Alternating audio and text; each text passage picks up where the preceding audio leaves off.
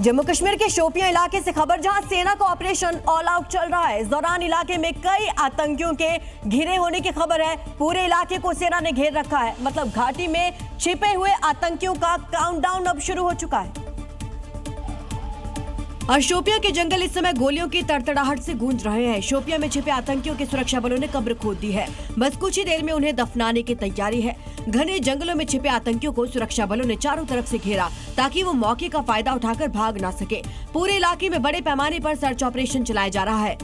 कई गांवों में जो है कोऑर्डिनेट सर्च ऑपरेशन लॉन्च किया गया है, क्योंकि कुछ दिन पहले इलेक्ट्रॉनिक सर्वेलेंस के जरिए 2 वांटेड टेररिस्ट की इमेज जो है कैप्चर हुई थी और उसके बाद उस स्पॉट के इर्द गिर्द जितने भी गांव हैं उनमें कोऑर्डिनेट सर्च ऑपरेशन लॉन्च किया गया।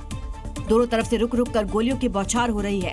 आतंकियों की गतिविधि के इलेक्ट्रॉनिक डेटा की जांच के बाद सुरक्षा बलों को शक है कि घर में फंसे आतंकी जाकिर गनाई और लतीफ भट्ट हो सकते हैं, जो लश्कर ए तैयबा के आतंकी हैं। हालांकि खबर लिखे जाने तक फंसे हुए आतंकियों की पहचान के बारे में आधिकारिक पुष्टि नहीं हुई है, लेकिन इतना जरूर है कि बहुत जल्द सेना के जांबाज जवान आतंकियों को उनके अंजाम तक पहुँचा देंगे।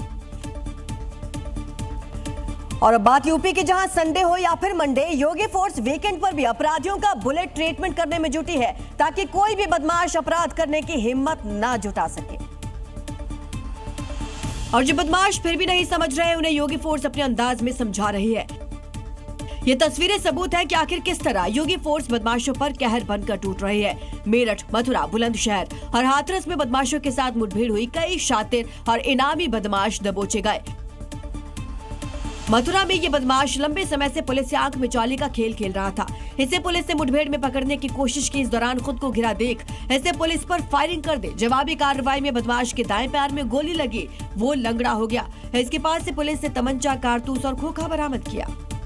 हाथरस में भी 25,000 के नामी बदमाश शानू को पुलिस ने धर दबोचा। इस दौरान ये बदमाश दोनों पैरों में गोली लगने से पैर पर चलने के काबिल नहीं बचा। इसके पास से पुलिस ने तमंचा, जिंदा कारतूस, एक बाइक बरामद की। यूपी में कमोबेश हर जगह से एक तरह की तस्वीरें आ रही है। कहीं कोई अपराधी लंगड़ा हो गया, कोई रहम की भीख मांग रहा है। तमंचा दिखाकर लोगों को डराने धमकाने वाला यह बदमाश अब अपने पैरों पर ठीक से खड़े भी नहीं हो पा रहे। और यूपी के ही गाजियाबाद से खबर है, जहां प्रशासन का सख्त एक्शन देखने को मिला। अवैध अतिक्रमण को लेकर की जा रही कार्रवाई के बीच अवैध मजार को बुलडोजर के जरिए ध्वस्त कर दिया गया। वहीं प्रशासन के इस एक्शन से कब्जाधारियों में हड़कंप मचा हुआ है। लोनी इलाके में जाम की समस्या को देखते हुए पुलिस ने सड़क किनारे से कब्जा हटाना शुरू किया। 15 साल पुरानी बनी अवैध मजार को 2 बुलडोजर के जरिए जमींदोज कर दिया गया। इस दौरान मौके पर भारी पुलिस बल की तैनाती रही, जिससे कोई प्रशासन की कार्रवाई में दखल न दे सके।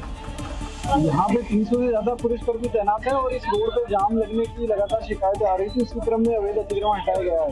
जो भी स्ट्रक्चर हटाया गया है उसका 50 से 60 वर्ग के लगभग एरिया था। बाकी अतिक्रमण पर कार्रवाई जारी है। इतना ही नहीं, इस पूरी कार्रवाई के दौरान ड्रोन कैमरे से पूरे इलाके पर नजर रखी गई। साथ ही कई अन्य अवैध कब्जों को चिन्हित किया गया।